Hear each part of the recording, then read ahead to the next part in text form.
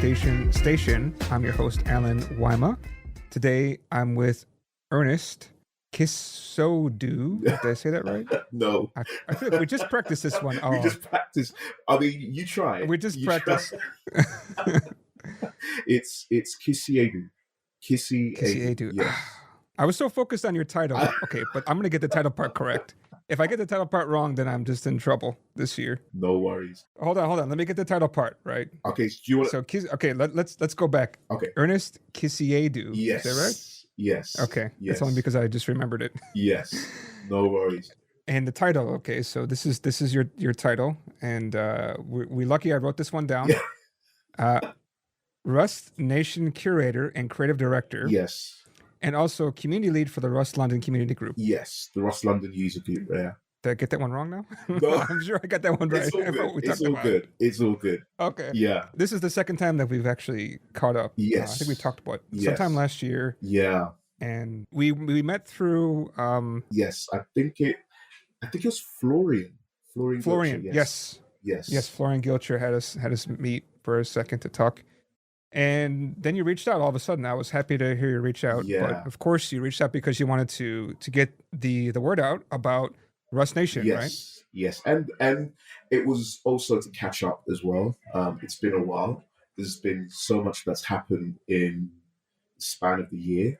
And I think there is a lot of exciting things to discuss and to share about where the Rust ecosystem is at the moment. And we're really excited to also have, Rust Nation coming up in about 6 weeks or so. So, yeah, there's lots of reasons to catch up. I mean, anytime I get to catch up with you, Alan, is always good. So don't think it's just to plug Rust Nation. It's fun to always check in and see how people are doing and things. But mostly Rust Nation, right? We got to get people going there. Absolutely. I mean, it's about making sure that whoever can is able to. We are working on making it as accessible as possible. We've worked really hard on that. And we want this to be a celebration of the language. We want this to be a seminal tipping point for the language. And we want everybody down to really enjoy the city, to enjoy everything that we've worked really hard on putting together for the community, for the global Rust community. And we want everybody to come down and have fun. So absolutely. We want to really make this something, groundbreaking, and really push the needle for, especially post-pandemic as well. Yeah, putting on a conference is tricky, right? It's especially, besides doing a conference all by itself, but I'm thinking, when's the right time to put on a conference? Because we just had COVID for the past, we're actually done with it, but majority, right? Yes, and that was a big point of deliberation for us. I wanted to kind of maybe give a little bit of historical context around how this whole conference came about as well. We really wrestled with the question of how to balance the excitement and the fervor that people have to get back into in-person conferences, especially for something as, hyped and as well loved as Rust. Also with the responsibility of keeping people safe and trying to preserve people's autonomy as well. So I, wrestled with this with our organizing team quite a bit. And it's been something that nobody's going to get right. There's been lots of different points of contention around COVID restrictions, mask mandates, and things like that. And we're trying to work as hard as we can to get that balance. So, yeah, it's been a very, very difficult. That's probably been the most difficult part of this because, again, we are still in the pandemic and it's still something that's very cognizant in my mind. And it's still something that we're really trying to make sure that we get the right balance on as much as possible. Just to go back and give some historical context and also to maybe formally introduce myself a little bit more. I've been leading the Rust London community since 2019. Rust London is we can say, based on meetup.com numbers, the largest Rust community chapter in Europe. And we're just behind San Francisco, based on Meetup numbers, meetup.com numbers, as the second largest Rust community chapter globally. There are other amazingly large communities like Rust China, Rust India, the Russian Rust community. But by numbers of Meetup attendees, I can assume I can go out on that limb and say that we just fall behind San Francisco. So it's been an amazing journey for me personally, coming from a language like C++, where I've struggled with that for years and still struggle with that language. It was incredible to find a language and a community like Rust. So I discovered Rust late 2016, early 2017, just before 1.0, literally just before 1.0. And this was coming from the meetups that were being done in London at the time, where the community was booming. And it was an exciting time to be a part of the Rust ecosystem then. Everything felt like it was moving so fast, and everything still feels like it's moving so fast. And there was an incredible amount of momentum and sense of optimism and energy. My aim and my agenda was to be the dumbest person in the room. And I can safely say I achieved that with flying colors. It was incredible to just be in the room at the time where there were so many people who were working on the compiler, who were, really putting out all of the new features that, are now so part of the language base itself. And I was just there sitting in the corner after hearing about this really cool language with a compiler that basically didn't hate you, and all of these nice features from other languages that make your developer experience, really, really good. So, here I am just sitting in the corner of the meetup, trying to understand what this borrow checker thing is. And I'm next to like CTO this and chief scientist that. And, it was a really, really interesting, uh, insightful, and positive time when I discovered the language. And I decided to empower myself and help in whatever capacity that I could by helping the organization of the user group, the Rust London user group meetups. So the Rust London user group has three types of event. We have the London Talks, which is a conventional type of meetup where someone gives a presentation. And we also have a code dojo, which is now run by one of our community members, community organizers, Ethan Briley. And we also have a hack and learn, which is kind of like a glorified hangout. People can come down. We have pizza, we have drinks. You bring your project, you bring your tutorial, and you can look over somebody's shoulder and pair program and learn the language in a peer-based way. So I was helping out with those events at the time. And it wasn't until Mark Santana, who was leading the community at the time, had moved out of London. And that allowed me to then step up again and take leadership of the community around 2019.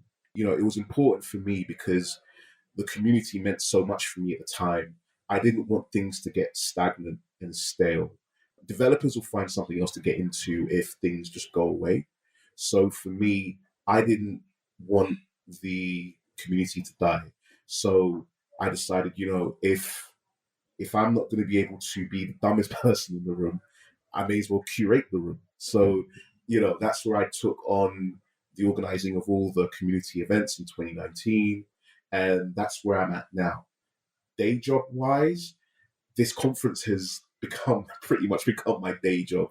It's consumed my life putting on Rust Nation. And it's been a very insightful and challenging endeavor. So yeah, we've been able to be the most active community through the pandemic. And that led on to the opportunity to create and put on Rust Nation through the Rust London user group with Vitis Events, who are the events company that approached Rust London to partner for Rust Nation. I hope that makes sense. I hope that makes sense. A little bit of a convoluted timeline, but I didn't want to kind of overdo it with that. Yeah, I mean, there is a lot of Rust events happening these days, right? It's Mm, hard to kind of keep track about, yeah, which ones to go to also, right? yeah. I think post pandemic, it feels like there is now a resurgence in community. There are new people discovering the language. We're breaking new ground in terms of adoption and how Rust is actually being used in production. And it's great to, be a part of that facilitation. I think everything comes from community. Community is the lifeblood of this language, from the Discord channel to the Zulip community and every other kind of facet of it all works together to really make the Rust community the crown jewel of the ecosystem. Whenever you hear anybody talk about Rust, one of the things that they always say uniformly is how welcoming and helpful the Rust community is. And that's not just asking about, some of the semantics of the language when you need help, but also being able to go to events and connect with people to, you know, be around people who are also interested in the language and to be able to grow in a peer-based environment. So yeah, it's great to see that that's happening. Just wanted to shout out a few communities that are both coming out from the UK and in Europe as well. There's also a broad range of communities that we're seeing doing events in their own way globally, thinking about like Rust Nigeria, for example, who primarily focus on a newsletter that shares the learning experiences of their community, which is growing really, really fast. But you have Rust Paris, you have, of course, Rust Berlin, Rust Linz, and we also have the new Rust Ukraine community that has just come about as well, and they're meeting online and in their Discord as well. We have Rust Iran, which has now been putting on events as well. So Rust is a global language, and we're seeing so many different areas globally, geographically, where Rust is really becoming more than just a, you know, interesting little niche language that people wanted to tinker with, and it's becoming something that people really want to take seriously. So really excited about that. Wow, the Rust community is so big and so wide, it's hard to stay up to date with what's available, Mm. right? So I didn't know there was a separate community for Ukraine, and you're saying it's just recently, Yes, right? yes, That's very interesting. I was aware of Paris. Of course, everybody knows that Berlin's a huge scene. yes. So obviously they must have some kind of presence. I wouldn't be surprised if it's multiple different groups. Mm. It's pretty big. But yeah, I mean, definitely London is a great spot, right? Because it's just a huge tech scene. I think Yes. maybe not. You can't compare to Berlin. I think, at least for Rust, but still a huge tech scene. Well, I wouldn't say that. I wouldn't say that. I mean, some of the companies that are using Rust in production here in the city of London, I was even surprised by going through the process of gaining sponsorship and liaising with companies and trying to press the flesh. I was blown away by the number of companies that are using Rust in the city of London semi stealthily and also in terms of just, I would say, like pre production style. So, a few companies that I can name off the top of my head that have been using Rust actually fully in production. Uh, TrueLayer, for example, that's been the home of Rust London for a while. And, they've been really championing the language. London is such a big developer hub across Europe. We attract a lot of talent from all over the continent because of the city of London and the fact that you can earn a lot of money here in the city being a developer, but also because there are places where you can actually really find a home, and there are developer hubs that are purpose built for making sure that communities really thrive. So it's been a really, really important city for loads of different programming languages. And it continues to be so across the continent. So yeah, I think London, we're up there. We're up there. We're really doing a lot of cool stuff with Rust, and just across the board as well. It's actually spreading across the UK as well. So there's Rust Manchester now, there's Rust Cardiff, there's Rust Oxford, Cambridge. There are a number of new Rust communities across the UK as well as London that are springing up. So, we're doing some good stuff over here. Yeah, I think that's the interesting part about some technologies, at least, Mm. is that some communities, people are always in your face. Oh, look what we're using, look what we're using. But Yeah. it's not everybody, right? Kind of like a secret sauce. I think a lot of companies that use Erlang, like they don't really talk too much about it, but it's kind of what their bread and butter. So it's kind of interesting. I know what you mean, right? Not everybody is shouting to people what we're using. Yeah. And also what Amazon's using is very interesting. And I think they're going to be there. We were talking before we started recording. Tim McNamara, I think, is going to be there. I'm sure he's going to be speaking, but I didn't see him on the schedule. Tim's is going to be in town. I am working on something. Hopefully, if we're able to get that done in time to have him there in some capacity. But Tim's is going to be attending so far as of recording now. But we're going to have a lot of representation from Amazon and AWS Amazon as well. Our keynote speaker, Esteban Cuba, is principal at Amazon AWS. Everybody knows Esteban from his work on the compiler.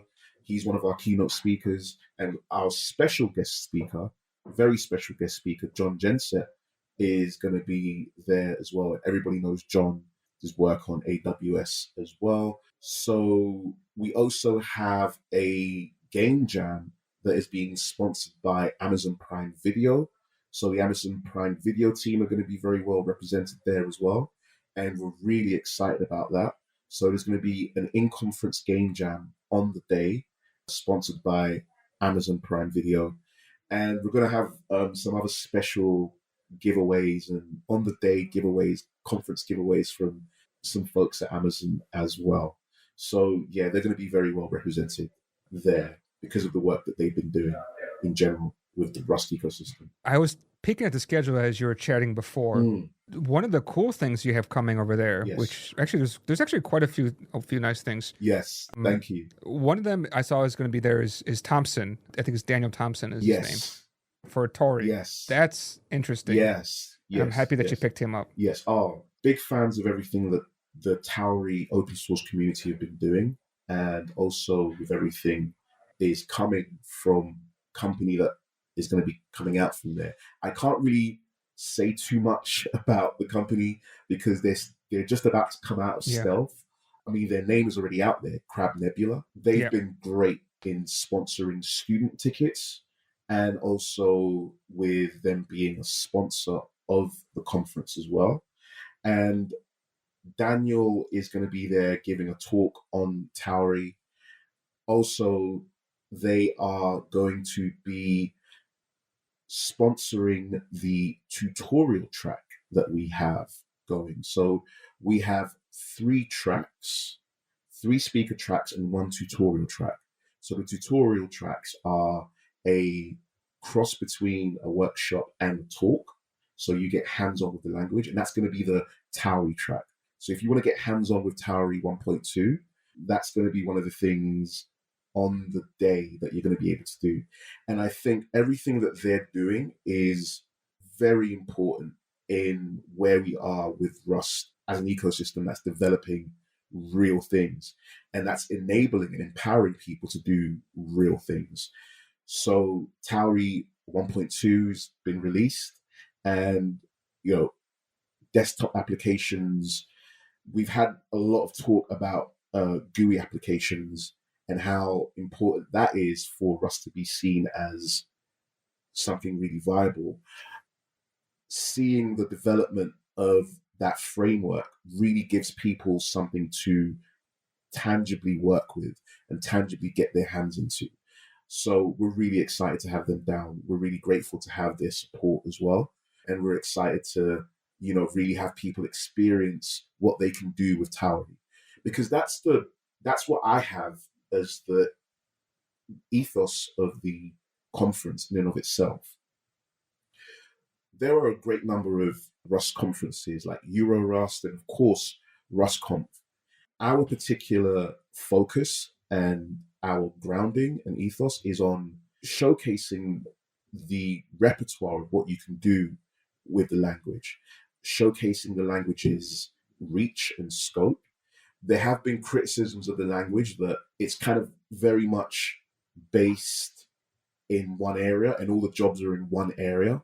But we're reaching a point where no, you can work as a Rust developer in various different areas, whether it's embedded programming, whether it's in ML and data science, whether it's in game development. As the years go on and as the language matures, we're seeing that there are so many opportunities for people to work in so many different areas of the language. And that's what this conference wants to showcase. It wants to showcase the breadth of the ecosystem, the variety of the ecosystem in terms of viability, and also what people are building with the language. We've balanced the talks so that there aren't that many language talks per se. RustConf is really great at that. RustConf is really great at giving you, the nuts and bolts of the language, the deeper semantics of the language. Whereas we're trying to really showcase that, hey, Towery is a thing and here's what you can do with it. Here's how you can build with it. If you want to pitch to your CTO something that you can really do and where the language is really going, these are the things that you can come down and actually tangibly experience at Rust Nation. So we're really excited about that. And yeah, people like Towery and others who are going to be showcasing what they're doing with the language, it's going to be a lot of fun. It's going to be a lot of fun. Well, this brings me to a really good question, right? Because I consider myself to be somewhat of a beginner. I've only done one production Rust thing. And I mean, should I be, as somebody who's somewhat of a beginner, right? Would I be overwhelmed with the talks that are happening there? Is it too much for me? Do you have a beginner track, or is everything kind of expert, or is it a mix, or what kind of experiences should I be looking at? We focused on accessibility for this first one. We're trying to make a good first impression. We're also trying to break new ground in other communities. We don't want this to be necessarily an insular thing, an insular conference. We want new people who may have heard of Rust in their periphery, who may have seen some of the hype around the language, to feel welcome to come in. So if you are from the Python community, if you're from the Java community, if you really, identify with a specific language, but you've heard about the language, this is the conference that you would want to come to really see what it's about. So we have a lot of talks that are beginner and advanced beginner. We do have a minority of talks that really get into the deeper parts of the language, but primarily it will be focused on beginner and beginner advanced talks. We're focusing on, really making sure that people feel like they've got a strong grounding and a decent enough handle of the language to have the eureka moment themselves. Whenever you talk to anybody who experiences the language, they always have this eureka moment, like, okay, this makes sense now. And that's also reflected in our workshop tracks. So the first day of the conference is purely workshops. So that's 8 hours of classroom style workshops. And we have 3 tracks: beginner, beginner advanced, and, quote unquote expert async. The term expert is a little bit cringe for me because what does that really mean with a language like Rust? But what I really am excited about is Katarina Fay. They are going to be taking that and taking you really into the depths of async, which has been something that I've recognized talking with people they've really struggled with. So there's something for everyone, essentially. If you really want to get into the depths of the language, we have that workshop. We also have some more deeper talks on async on the conference day as well. And if you also want to just be introduced to the language a little bit more formally and really get a good handle on it, you have beginner talks, beginner advanced talks, and you have opportunities on the conference day to really experience the language like in a tangible way. Well, that's good to hear. I think a lot of people would really be happy to join this kind of thing. And there's a lot of really big names coming that you've mentioned in big projects, right? Yeah, I've It's even been more really, exciting. really humbled and privileged by just everybody's accessibility. You know, being able to Mm, take time from people like Neil Shamrock Harrington, Rebecca Rumble from the Foundation, mm. John Jensen, Esteban Cuba, Luciano Mamino. Excuse me if I'm getting his surname wrong, but just really people who I've followed on Twitter and been in awe of for the last couple of years have just been really cool and have just been really accessible and have just been like super friendly and been like, yeah, of course, I'd love to come to London. Like, yeah, let's do it. You know, so that again, that speaks to the nature of the Rust community in itself. The people that you consider as rock stars or whatever are just so nice and so accessible. So it's really been a humbling experience for me as well. So yeah, that's been a great, great experience. So that's awesome that you had so many people apply for speaking, right? How did you manage to narrow down your list and figure out who should speak and who can't? Oh, it was agonizing. So many great talks, so many different topics. It was, one of the, again, probably the second most difficult part of this whole experience, following on from the whole COVID consideration. I worked on balancing out the types of talks that we would have based on really setting an agenda for this conference, which I spoke about earlier. What do we really want this conference to be about? What do we really want people to take away from this conference? So that was my North Star when picking talks. Again, I put my hands up and I say that I underestimated the amount of talk slots that we had, and I underestimated the demand. I was thinking that this is the first conference. I want to make sure that I've got as many talks solidified as possible. But the number of people who submitted talks on really, really interesting topics really, really did blow me away. So everything was centered around talks that focused on, things that people are building, things that people are using Rust for. So this is a users conference, and, user being programmers, people who are, actively developing things with Rust. That's what we want Rust Nation to be known as and to be known for. So showcasing what people are building with the language, showcasing ways people are empowering others to build with the language, showcasing how enterprise is building with this language, who is taking the bold, brave steps to use Rust fully in production, and their journeys, their war scars, and their learnings. So a lot of the talks were centered around focusing on, again, showing the breadth and the wider scope of the language in and of itself, and also showcasing what people are doing and building with the language. So even when I look back, I can be very hard on myself in that regard, because even when I look back at the talks that we have now, some people may criticize in the sense that there are a lot of talks on async. There are a couple of talks on Risk 5.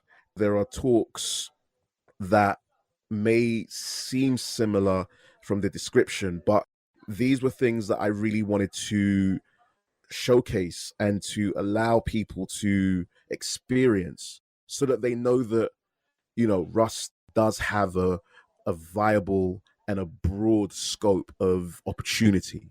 So that's my guiding force when I was, picking the talks, with the help of other individuals that I consulted as part of the CFP process. I wanted to thank people who, gave good sound advice on how to balance out the talks. And, I'm really grateful for their help in counsel in that regard. So, yeah, it's something that still kind of keeps me up at night. I still feel so bad to the number of people that I had to reject. I think we could have done a whole other day. We could have had a third day of talks. But again, there were so many cost implications for that for the first time round. We'll be looking at that for the future. Yeah, okay. But at the same time, I mean, you can also kind of talk about, how this is beginner to beginner advanced. And you do have a lot of async talks, but async is still something that a lot of people say they don't quite Yes. get yet, right? So I think that's fine. And I think that there's a lot of practical stuff to it, right? With Tori, right? That's very practical to so many people, especially beginners. They Yes. want to make apps that have GUIs on them. We can't go through the rest of our life using a terminal only. Yes. Maybe some people can, but I like to use my mouse once in a while, Yes. you know? Right. Yeah. Again, all part of seeing Rust as viable in a broader sense and seeing Rust as something that can really be there and be almost incumbent like Python is or like C# is right now. So, there's still steps that need to be taken, and conferences like this are part of that. Having really premium conference experience do allow for the adjacent possibility of the language to be seen with other incumbent languages. So, yeah, we're really excited to be a part of helping make that happen. But I think the better part of most conferences is really the people you're going to meet, right? And I think that's even bigger thing than just Yes, the talks, right? I don't want to dismiss any talks, but absolutely. I think the hallway talk that you get and the people you get to meet, and you see the PRs coming in, you see the contributions to the community, and then you actually get to meet the person, and it's really humbling and interesting experience. Absolutely. And I can't agree with you enough. That's, again, one of the primary reasons that we wanted to really make sure that this was done in a premium way. And we're really trying as hard as possible to nail this as an experience and as a celebration of the language.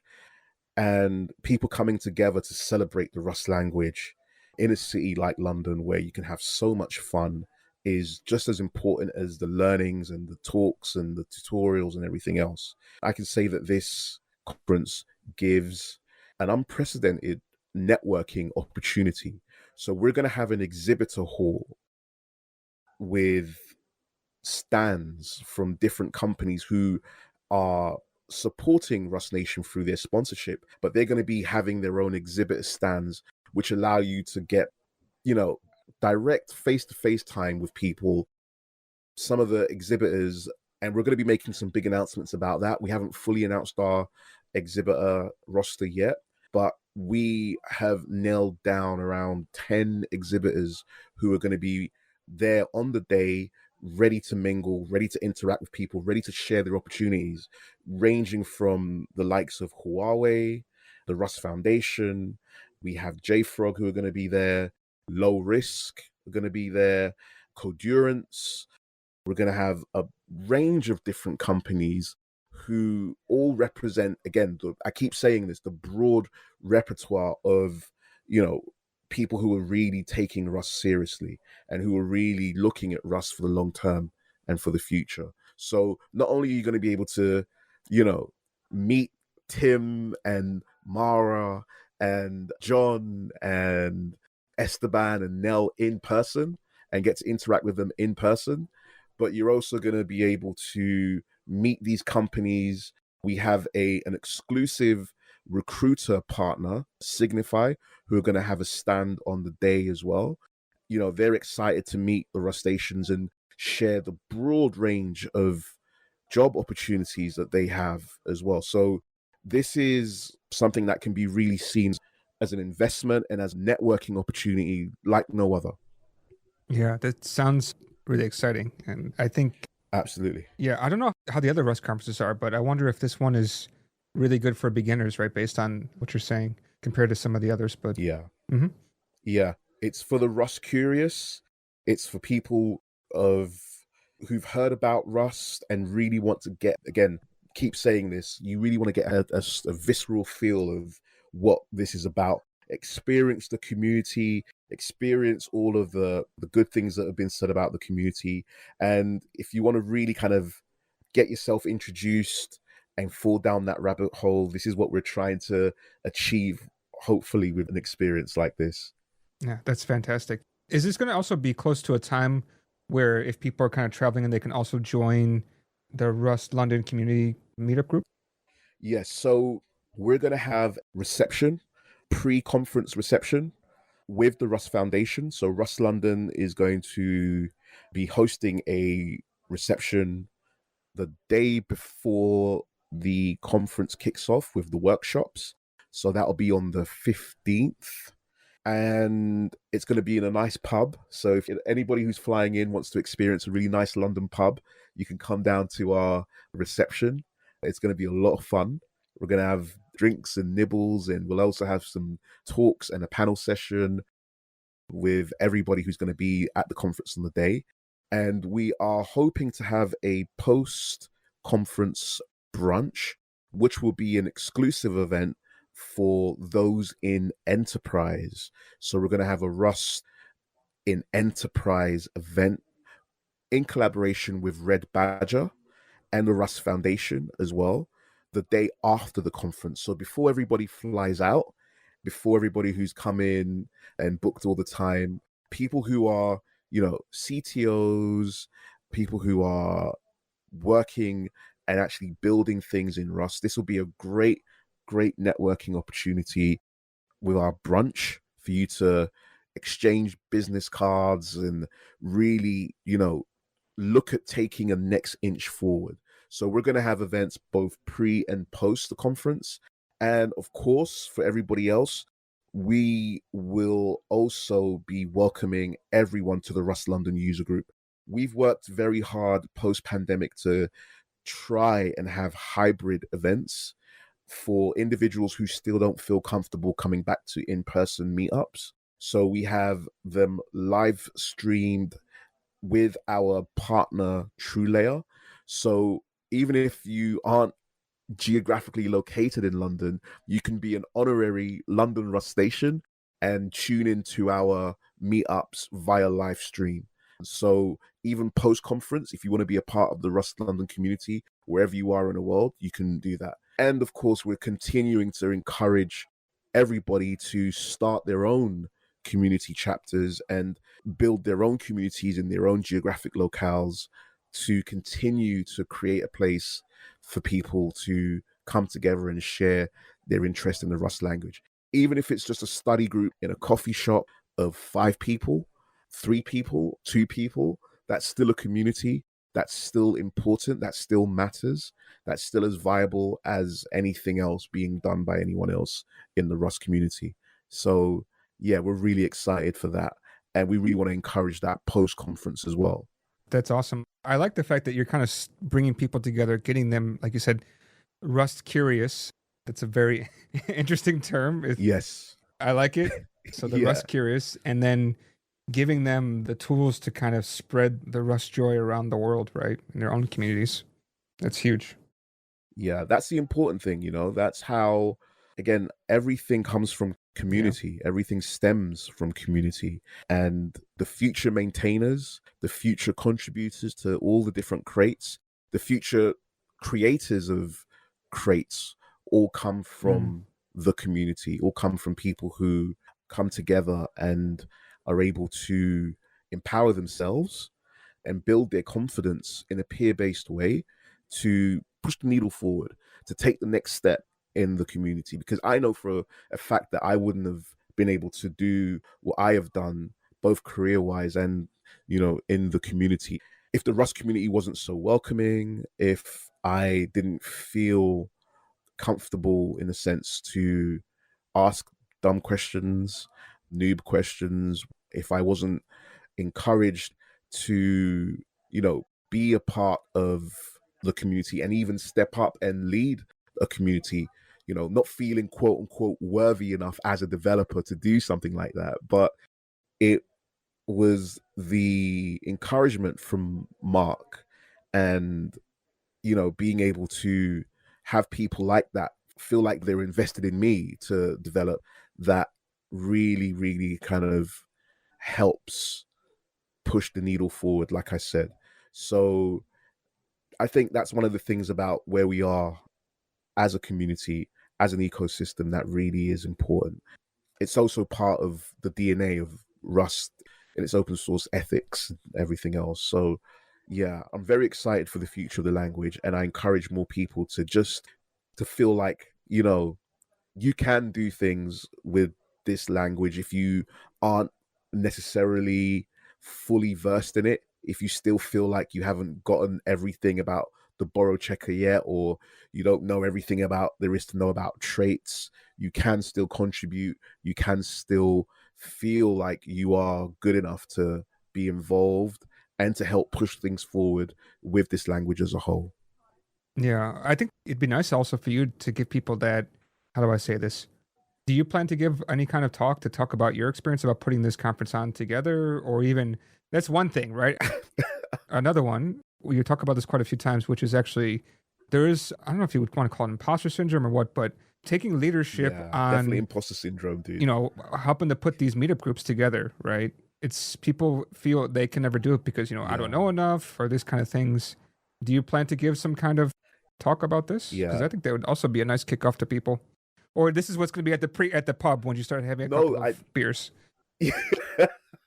I mean, I'm always open to, my DMs are open. I'm always there to help advise anybody who wants to start a community, that wants to take things forward. Yeah, I think it would be great to give a talk on it. I don't have any plans yet because I'm still so consumed by just, the community work and just getting this one conference done. I just, some point in the future that may make sense. So yeah, I would never say never to something like that, especially if it helps others as well. I think we've heard enough, right? And I think people, well, I don't want to say like, okay, it's enough, but we've got a really good tasting of what the conference is going to be like. So I think there's a website, right? It's rustnationuk.com. Yes, rustnationuk.com. Also follow us on Twitter at rustnationuk. We are also on Mastodon as well, Hachiderm. So if you search for Rust Nation on hachiderm.io, you'll find us there on the Fediverse under Rust Nation UK. I also post on Reddit quite a bit as well, so you'll see some posts on Reddit. We are running accessibility tickets at the moment because I'm very aware of the pricing of the conference, which is an intractable thing when it comes to the costs of putting something as premium as this on in London, in the center of London. But we've worked really hard to put a accessibility tier of tickets for those who need the help.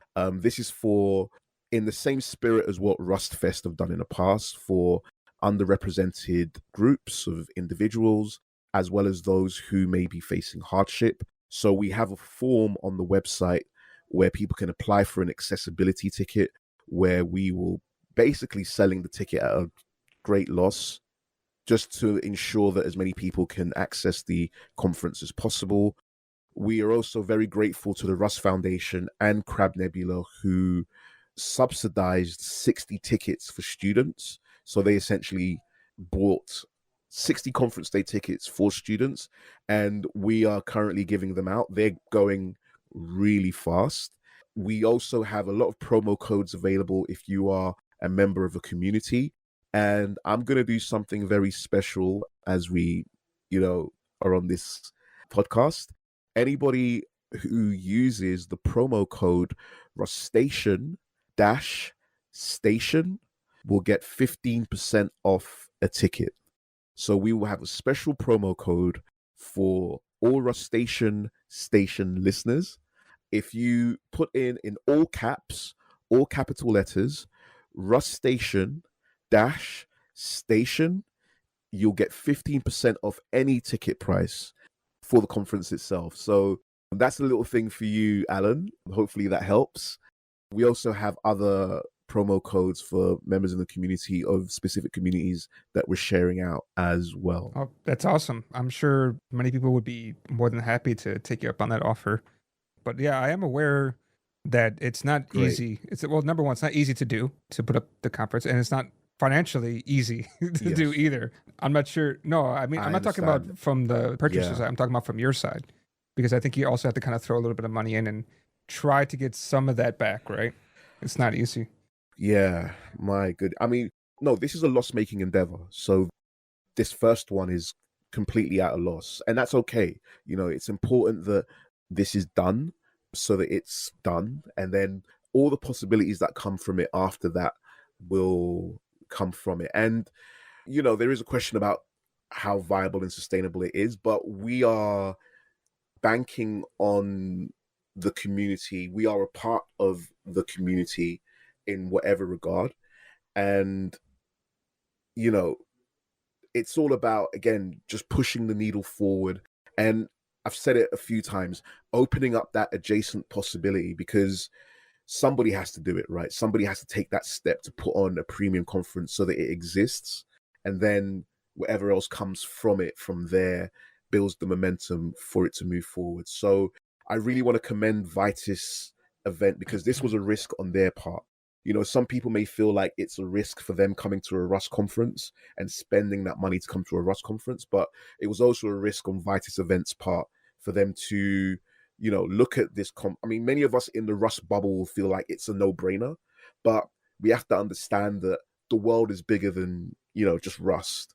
So seeing that there is a vibrant community that, is going to be there for the long term, that is going to continue to grow and thrive.